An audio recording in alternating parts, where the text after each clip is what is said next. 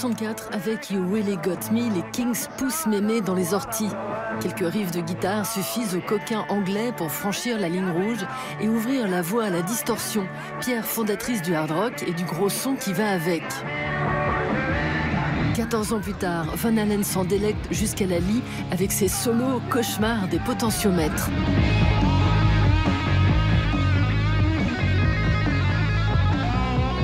En 89, la distorsion n'a pas dit son dernier mot et un autre mur s'écroule. Le DJ Mark Akardipane ébranle le mur du son en composant le premier morceau de techno-hardcore.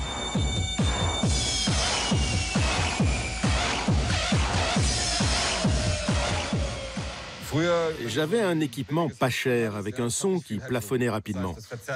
Le son était très vite distordu. Dans ces cas-là, tu dois le retravailler pour éviter que ça n'aille trop dans le rouge. Mais pour ce morceau, je me suis dit que ça ne sonnait pas trop mal et je ne l'ai pas retouché. Voilà comment We Have Arrived est né. Le premier soir où je l'ai joué, l'ingé son est venu me voir en criant « Mec, ton son est saturé à mort ». Et je lui ai répondu « T'as rien pigé, il est comme ça à la base ». À l'époque, c'était totalement inédit.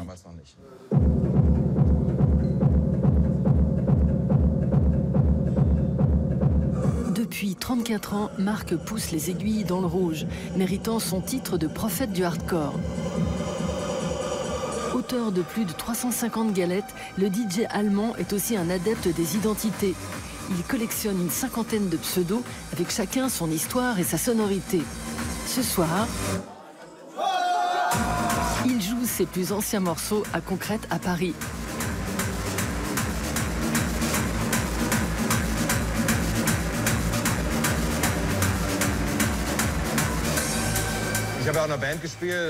Vers 14 ans, je jouais dans un groupe punk et on avait pour habitude de répéter dans un bunker. On répétait aussi dans une église où il y avait un énorme écho. Je crois que c'est pour ça que j'adore ce son. Tous mes morceaux sont pleins de réverb. C'est comme ça que j'en suis tombé amoureux. De son vrai nom, Mark Trauner, Akardipane né en 69 en République fédérale d'Allemagne. Son père est employé chez IBM et sa mère femme au foyer. Turbulent, absentéiste, il quitte l'école à 8 ans. Après 10 ans de cours de guitare classique, il rencontre à Francfort son idole Harry Heinen, le guitariste des Straßenjungs, l'un des premiers groupes allemands à se faire censurer pour ses vilaines paroles.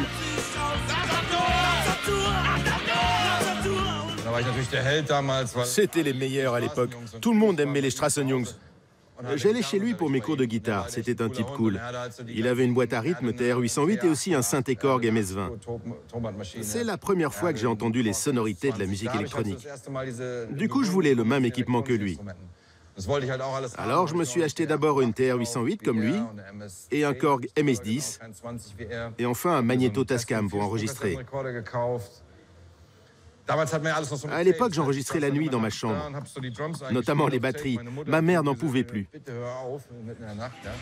À 17 ans, Mark n'a pas encore pris le nom de son grand-père d'origine italienne, Giorgio Akardipane, qu'il veut déjà faire du rock'n'roll computer. Il quitte son groupe punk et joue dans des premières raves locales.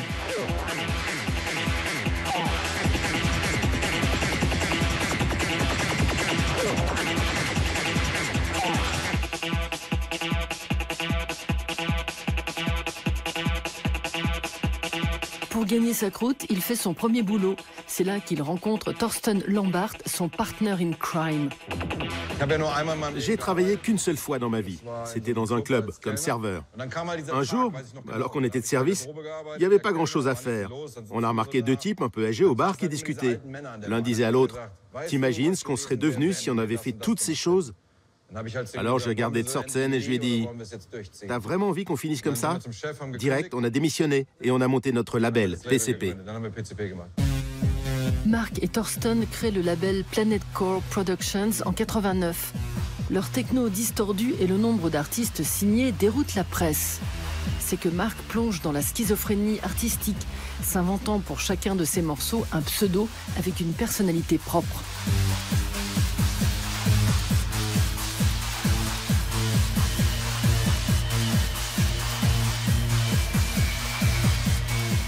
La distorsion, ça n'a pas toujours plu. Regarde la réaction des gens avec le son d'ACDC. Pourtant, le punk est né avec la distorsion, l'acide. Ensuite, le BM. Et puis la techno. La distorsion a toujours joué un rôle dans l'évolution de la musique, parce que nos oreilles humaines, aiment la distorsion dans toutes ses variations possibles. Quand tu joues du synthé aujourd'hui, plus besoin d'ajouter de distorsion, le son est déjà distordu, parce qu'on aime ça.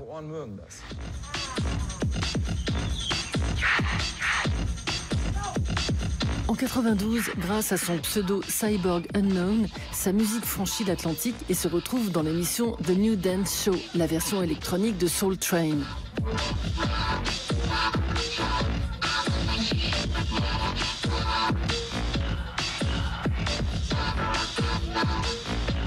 En Angleterre, c'est le tout jeune DJ Aphex Twin qui, le premier, remix We Have Arrived, l'hymne de Marc à Cardi B en 92. Pendant ce temps-là, en Allemagne, Francfort et Berlin se tirent la bourre pour décrocher le titre de capitale de la techno.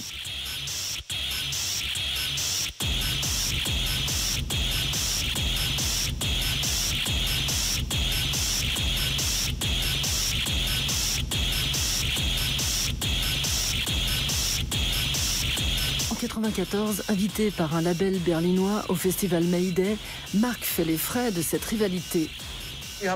J'ai eu l'impression qu'ils nous avaient bookés juste pour nous humilier. Après seulement 11 minutes, ils nous ont coupés. Ils ont fait la même chose avec Moby. Et pour Lenny D, ils ont mis le son beaucoup trop fort, alors que leur son, celui des Low Spirit, sonnait parfaitement bien. Moby est devenu fou, il a acheté son clavier. Nous, on s'est battus et un ingé son est tombé de scène.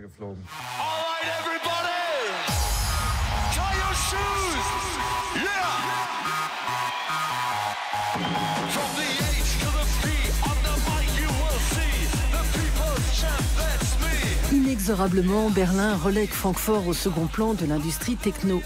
Le label de Marc n'est plus invité à jouer en Allemagne, mais s'exporte en Hollande où leur techno hardcore accouche de la scène gabber.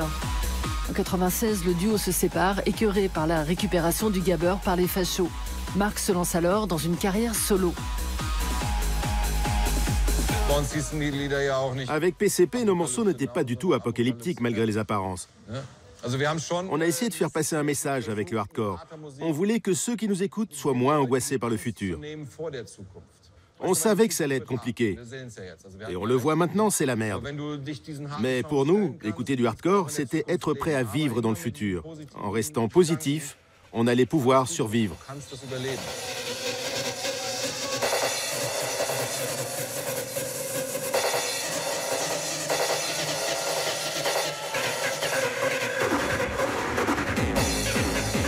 De silence, c'était trop hardcore pour Marco. Cette année, il sort enfin son troisième album et son on ne sait combienième morceau.